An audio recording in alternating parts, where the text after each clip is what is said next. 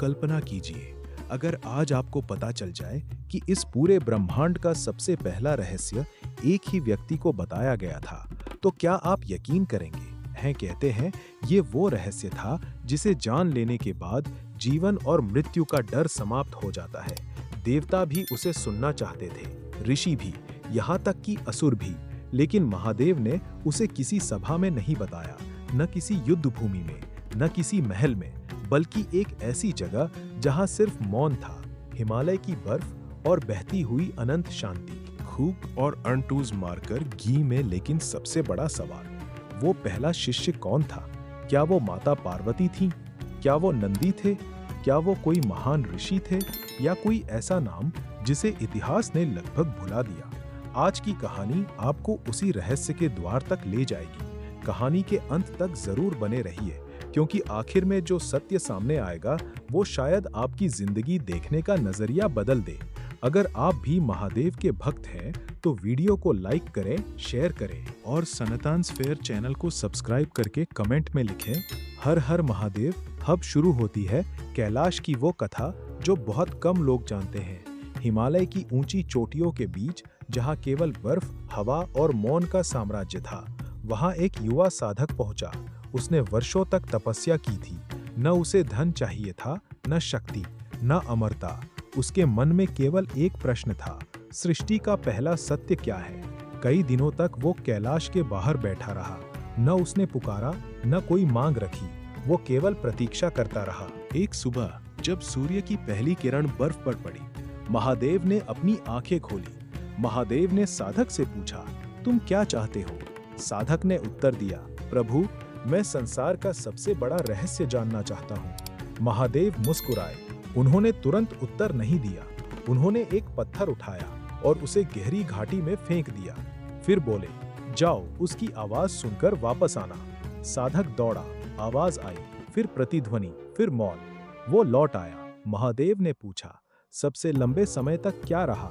साधक बोला, प्रभु, आवाज कुछ पल रही, लेकिन मौन हमेशा बना रहा। महादेव मुस्कुराए, तुम पहली परीक्षा पार कर चुके हो। महादेव बोले, लोग सोचते हैं सृष्टि वस्तुओं से बनी है, लेकिन सच्चाई ये है, सृष्टि संबंधों से बनी है।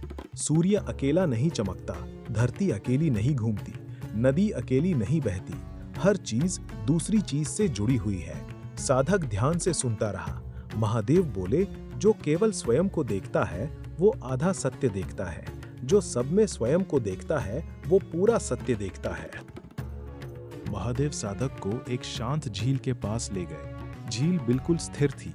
उन्होंने पूछा, इसमें क्या दिखाई दे रहा है? साधक बोला, पूरा आकाश। महादेव ने झील में एक छोटा पत्थर डाला। लहरें उठीं, प्रतिबिंब टूट गया। महादेव बोले, आकाश नहीं बदला, झील बदल गई। इसी तरह सत्य हमेशा स्थिर रहता है, बदलता केवल मन है।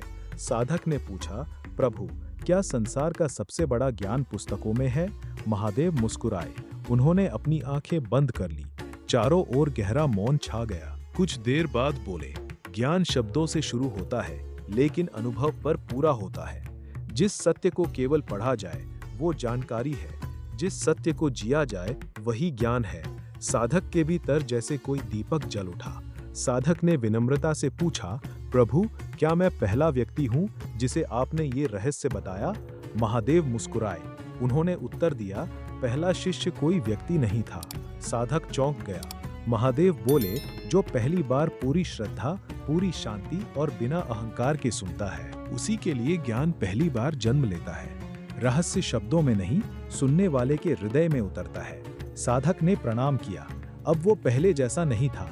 उसे कोई चमत्कार नहीं मिला, कोई दिव्य अस्त्र नहीं मिला, कोई वरदान नहीं मिला, लेकिन उसकी दृष्टि बदल गई। अब वो हर जीव में, हर पेड़ में, हर नदी में और हर सांस में महादेव की उपस्थिति महसूस करने लगा। उसे समझ आ गया, सृष्टि का सबसे बड़ा रहस्य बाहर नहीं, भीतर छिपा है। तो दोस्तों, क्या महादेव ने सृष्टि का पहला रहस्य किसी एक व्यक्ति को बताया था? ये प्रश्न अलग अलग परंपराओं में अलग रूप से समझा जाता है, लेकिन इस कथा का संदेश स्पष्ट है। महादेव का ज्ञान किसी एक के लिए नहीं, हर उस व्यक्ति के लिए है जो अहंकार छोड़कर सत्य को सुनने का साहस रखता है। याद रखिए, सृष्टि का पहला रहस्य शक्ति नहीं, एकता है। सबसे बड़ा ज्ञान शब्द नहीं, अनुभव है। और सबसे बड़ा मंदिर बाहर नहीं, आपका अपना शांत मन है। अगर आपको ये कहानी पसंद आई हो तो वीडियो को लाइक जरूर करें, अपने दोस्तों और परिवार के साथ शेयर करें। खड़तम और सनातन स्फीयर चैनल को सब्सक्राइब करके कमेंट में लिखें, ज्ञान ही सबसे बड़ा वरदान है। क्योंकि फिर मिलेंगे महादेव की एक और अनसुनी, रहस्यमयी और प्रेरणादायक कथा के साथ।